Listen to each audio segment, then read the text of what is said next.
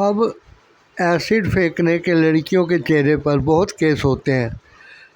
तो यही कहा जाता है कि किसी लड़के ने उस बेचारी लड़की को एसिड से मार दिया या घायल कर दिया।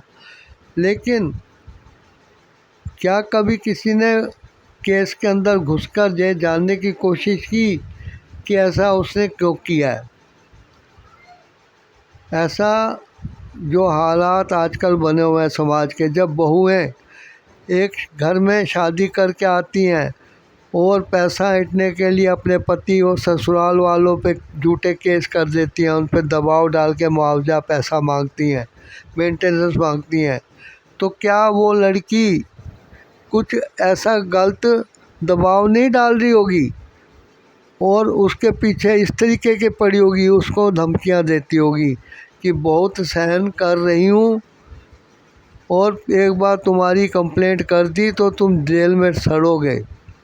अब वो लड़का, पति तो है नहीं कि जो आत्महत्या कर ले, वो तो उस लड़की का बॉयफ्रेंड है या उसके साथ लिविंग रिलेशन में रह रहा है।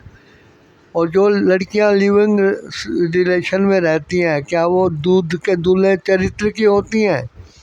हर कोई लड़की ऐसे नहीं रह सकती है। वही रह सकती है जो कि एक महिला और पुरुष के बीच में जो सेक्स की डिमांड होती है उसकी पूर्ति के लिए वो इकट्ठे रहती है, ताकि उसका खर्चा पानी भी चलता रहे और वो पत्नी के पूरे सुख, घर के सुख अधिकार भोगती रहे।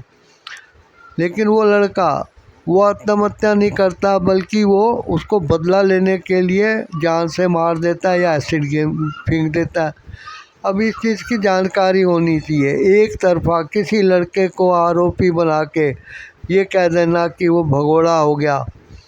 अब कोई भगोड़ा हो जाए तो वो, आप बताइए कि क्या वो गुनाहगार ही है?